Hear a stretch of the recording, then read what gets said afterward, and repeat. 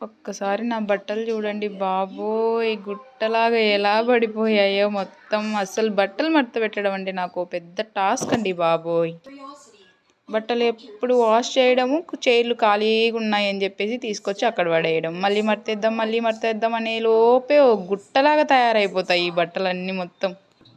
ఈ బట్టలన్నీ మడతేయాలంటే ఎవరికొకరికి ఫోన్ చేయాల్సిందే, తప్పదు ఇంకా. ఫోన్ చేసి ఒక గంట సేపు మాటలు పెట్టుకుంటే కానీ ఈ బట్టలు అయిపోవు మనకింకా.